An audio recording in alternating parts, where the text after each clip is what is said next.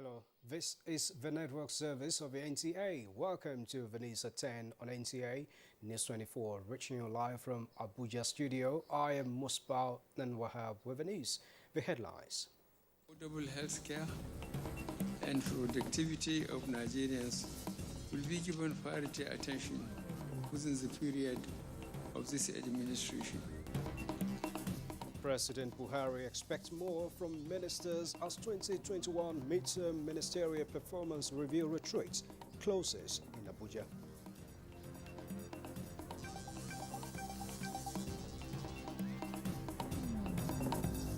Vice President Osinbajo clears air on misconception about Naira devaluation.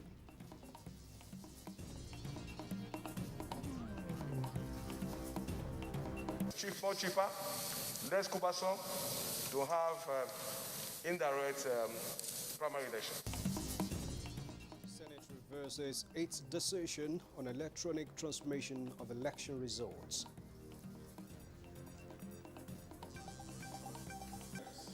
As a commission, we stand for the good of the public. Information Minister wants media in Nigeria to take cognizance of unity and security as they express press freedom.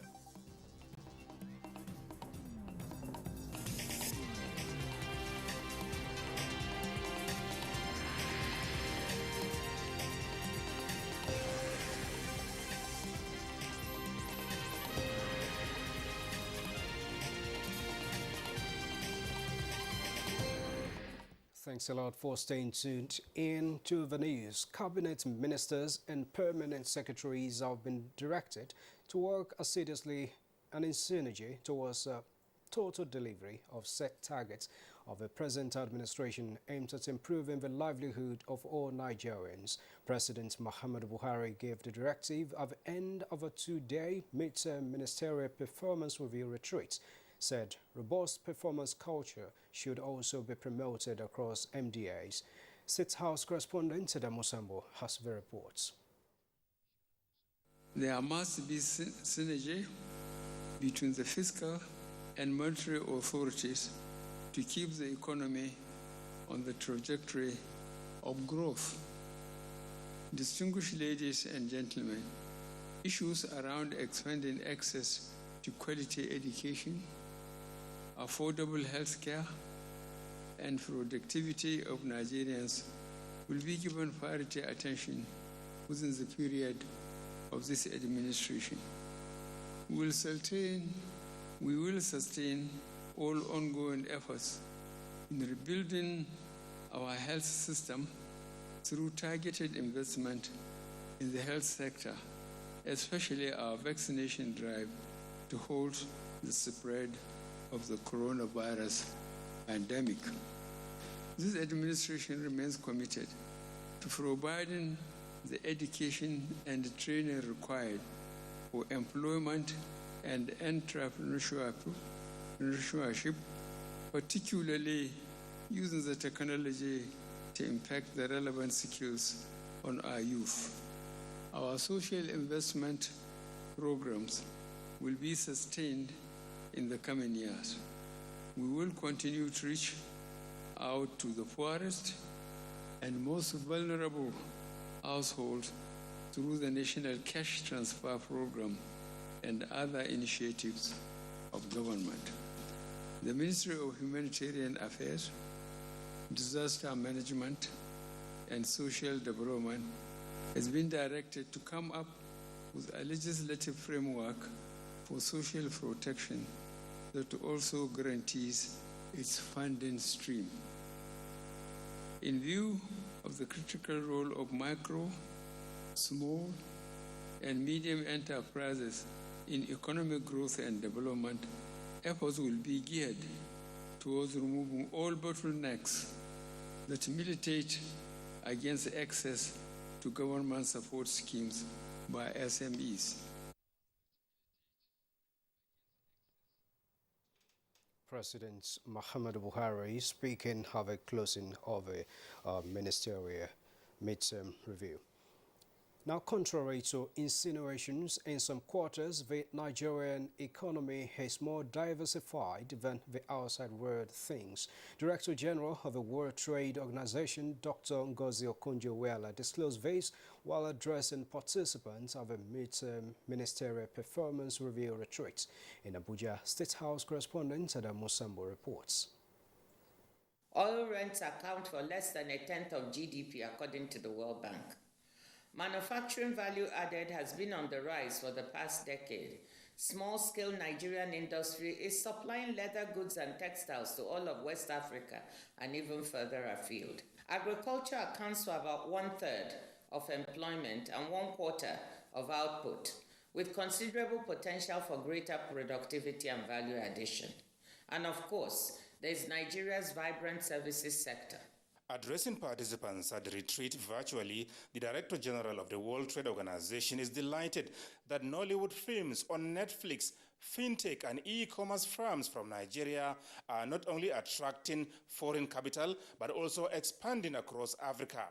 She, however, made a strong case for Nigeria to exploit all avenues for trade that will be opened up by the African Continental Free Trade Area Agreement to build back better from COVID crisis, drive industrialization and socio-economic inclusion, as well as meet the fast-growing energy needs. I'm convinced that Nigeria can and should be a manufacturing hub for the African Continental Free Trade Area. If companies here can produce for a population of 200 million people, they can do so for a unified market of 1.3 billion. One sector where this is particularly urgent is pharmaceutical and vaccine production, where it has become painfully clear that the continent needs to increase its own manufacturing capacity. Nigeria could become a hub for supplying vaccines, therapeutics, and diagnostics to the continent and the world. Manufacturing solar panels, producing goods based on the use of renewable energy should be an area Nigeria should plan to enter. The country must go green, not only for its large population, but also to take advantage of export prospects in Africa. Dr. Ngozi Okonjo-Iweala congratulates Nigeria for making it easier and cheaper to start businesses, saying, however, that efforts must be sustained towards improving security and lowering transactions costs for foreign and domestic investments. Nigeria has a huge opportunity to make trade in goods and services work for its development. People around the continent want to eat our food, dress like us, watch our movies, and listen and dance to our music. We need to make it easier for them to do so. Nigeria should be aiming to capture 25% or more of intra-African trade and to triple its share of world trade from 0.33% to 1% by 2030. Nigeria has what it takes to be an engine of investment, innovation, prosperity, and job creation, not just for itself, but for West Africa and for the continent as a whole. She expressed the firm conviction that Nigerians can indeed build the Nigeria they want and that trade can help them get there. From the State House, Adamu Sambo, NTA News. And away from that, the presidency has reacted to a media publication that allegedly misrepresents the position of a vice president, Professor Yemi Osinbajo, on a call for devaluation that the Naira exchange rate was being kept artificially low. The statement makes it clear that the vice president is not calling for the devaluation of the Naira. Rather, he has at all times argued against an arbitrary devaluation of the Naira.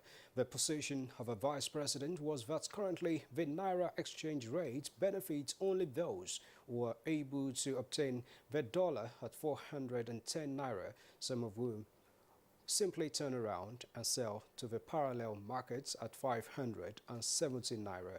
Such a massive difference, it says, discourages doing proper business. Minister of State Petroleum Resources Timothy Silva has been explaining the market dynamics that led to a hike in the price of cooking gas. Speaking to NTA News, the minister assures Nigerians that the government is currently looking into ways to ease the burden. a market-determined commodity. But we're looking at trying to ways of bringing the prices down. We're engaging with those who are operating in that sector.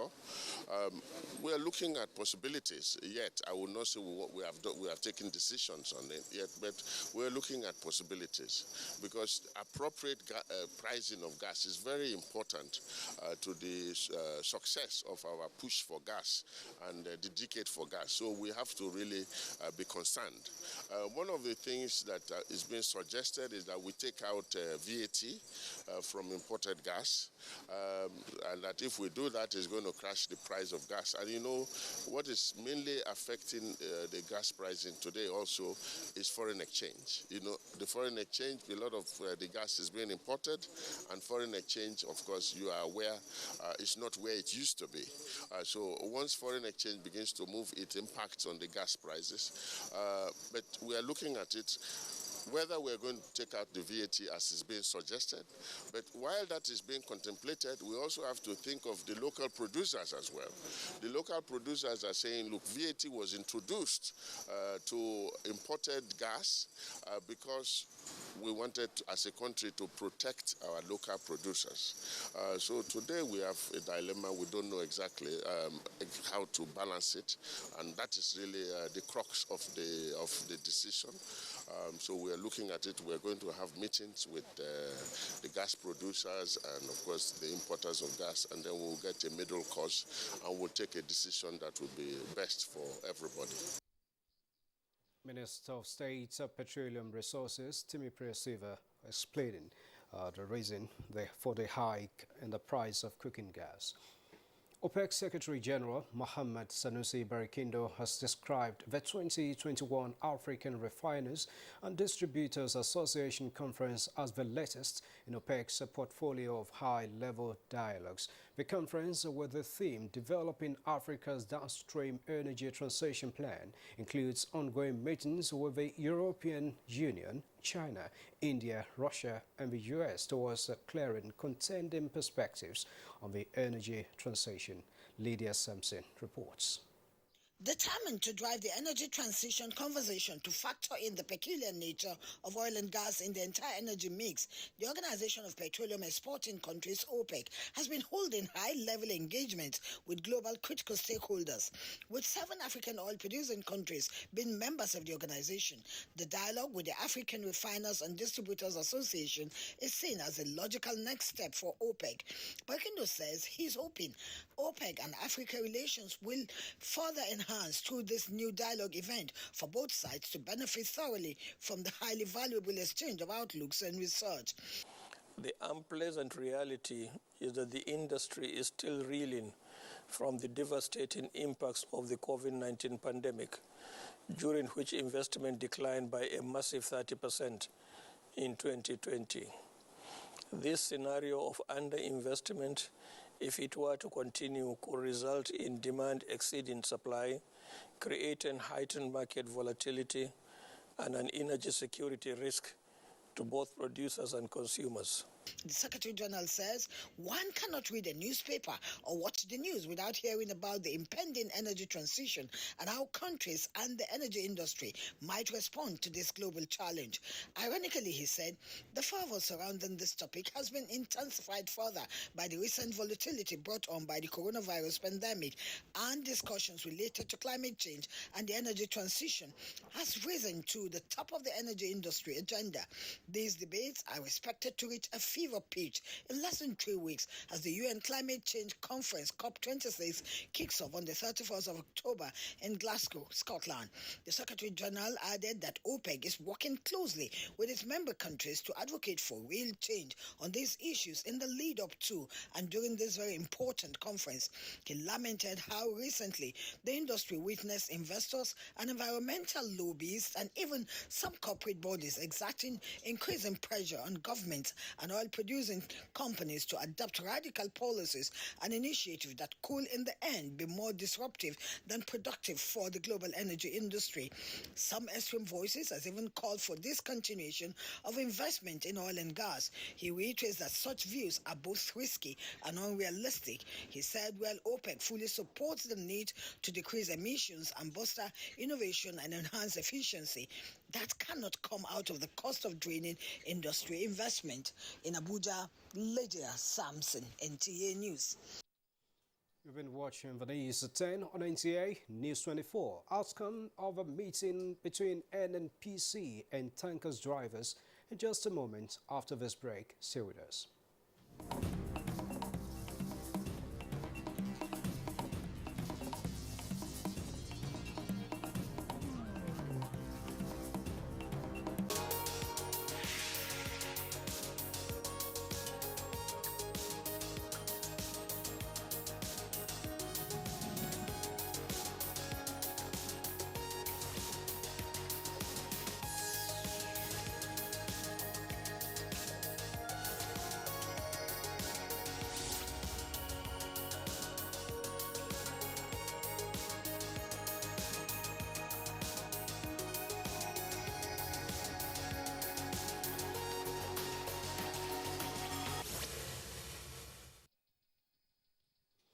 Thanks a lot for staying tuned in to the news.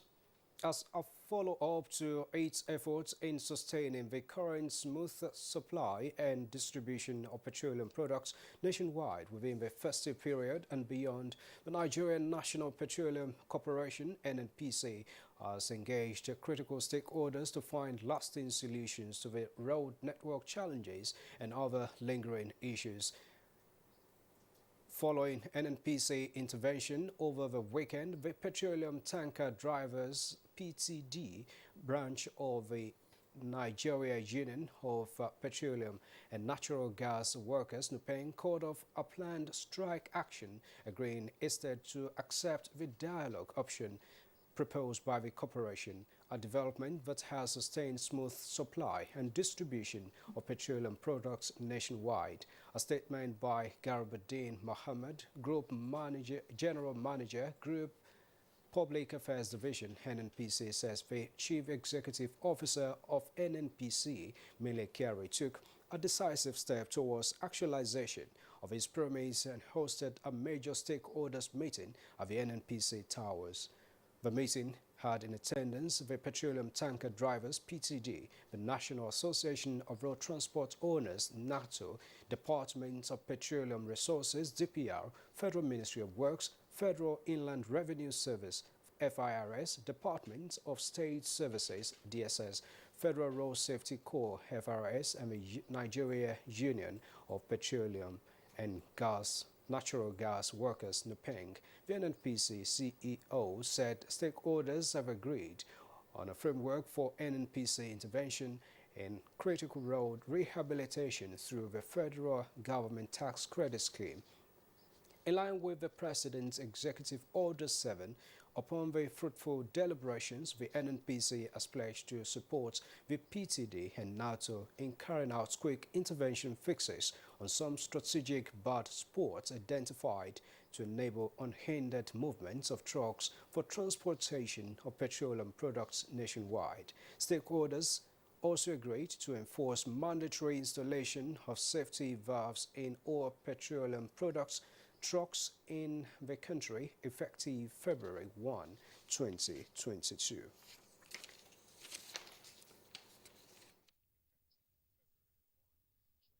Now to the National Assembly, where the Senate has reversed its decision on the 2010 Electoral Act Amendment Bill passed in July this year, which mostly centered on voting and transmission of results.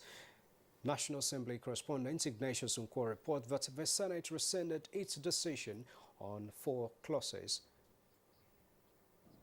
On the 15th of July 2021, the Senate passed the 2010 Electoral Act Amendment Bill. Senate had passed it with amendment in Clause 52 that transmission of election results can only take place if the Nigerian Communications Commission, assured of adequate and secured network coverage and the approval of the National Assembly. But now it has reversed its decision that voting at an election and transmission of results shall be in accordance with the procedure determined by the Electoral Commission, which implies that it's at the discretion of INEC to decide mode of voting and transmission of results. It inserted electronic voting machine to replace any other device for conduct of election in Clause 43, subsection 1 and 3, as it earlier passed direct and indirect party primaries, but has now approved only direct primaries in Clause 87. Because 43 now makes provision for acceptance of electronic voting machine. I don't see any reason why anybody should be afraid of direct primary. It helps the people who are member of your party to feel wanted. It is more cheaper, less cumbersome to have indirect primary election. There are some who want this. There are some who are opposed to it. It's for the conference committee to retreat after the submissions by our colleagues. You can now go to the House engagement with an opinion of the Senate. The legislators have commenced debate on the general principles of the 2022 appropriation bill, with emphasis on capital human development and completion of ongoing projects in the 2022 fiscal year, as it urged the federal government to declare state of emergency on Nigerian roads, which followed a motion by Senator Gershon Bassey. As long as that deficit is meant to finance critical infrastructure, there is no problem.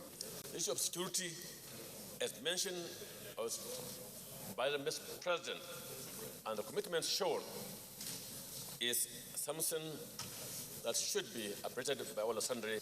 My interest will be advocacy for women, children, and adolescents. For revenue to be in place, our infrastructures must be in place. There can be no development without infrastructures. Senate has confirmed the nomination of Justice Hussaini Baba Yusuf for appointment as the Chief Judge of the High Court of the Federal Capital Territory.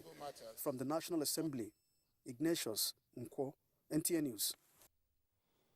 Away from the National Assembly, Information and Culture Minister Lai Mohammed has again called on media practitioners to exercise caution in expressing press freedom by taking into cognizance the country's national unity and security. The minister's call was contained in a message to a one-day symposium on information as a public good in Abuja. Anthony Forsin reports. The Information and Culture Minister, who was represented by the Director, Production, Publication and Documentation, Ibidapo Okunu, pointed out that while recommitting to the freedom of the press, the freedom enjoyed by media practitioners equally come with a price, hence the need for the federal government to task them to shift from mere reporting and embark on investigative journalism. To us as a government, we see the media as partners in progress in our collective quest to fulfill that which our founding fathers toiled and bled for. This symposium could not have come at a better time, a time when the term collective good has been distorted with the proliferation of fake news, misinformation, and hate speech in our media space. There were goodwill messages which all hinged on the need to uphold national security uppermost in any form of information gathering and dissemination. For us to do good in our jobs, we must at all times look onto security men, get the correct information from them, and disseminate what is right. One basic issue in the profession of the practice of journalism is, when in doubt, keep away. Because more than ever before, information as a public good is under serious threat. We want to tell you that as a commission, we stand for the good of the public. We must manage the information, the contents. We're also very conscious of the security implications of whatever content that comes on air. We have seen periods when one sentence alone can bring the whole nation down.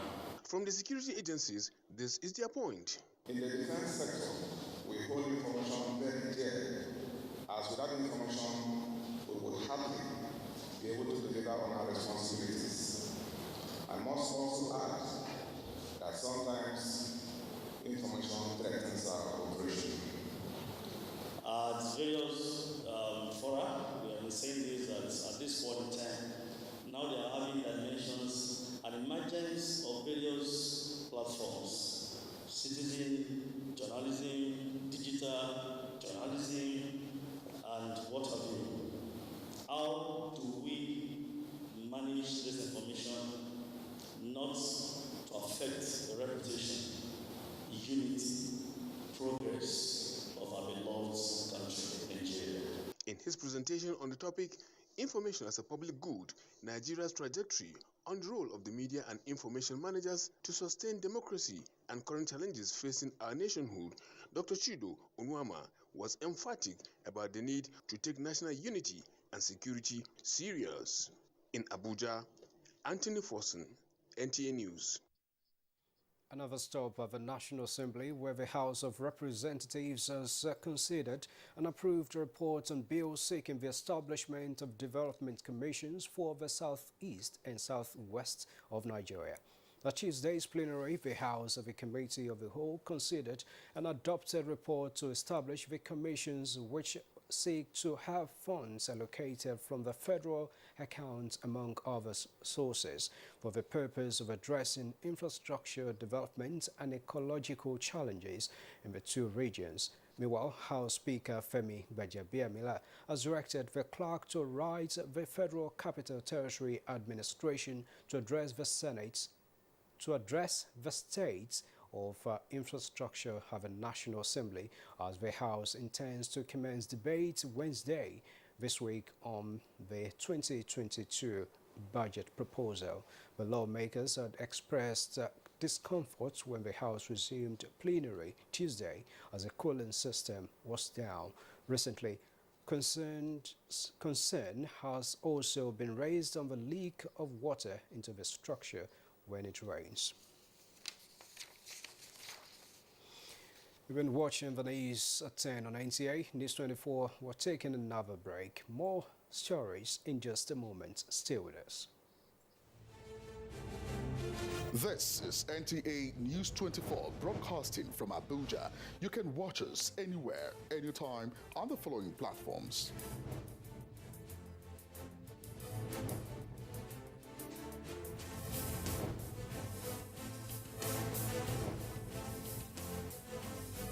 For more information, log on to our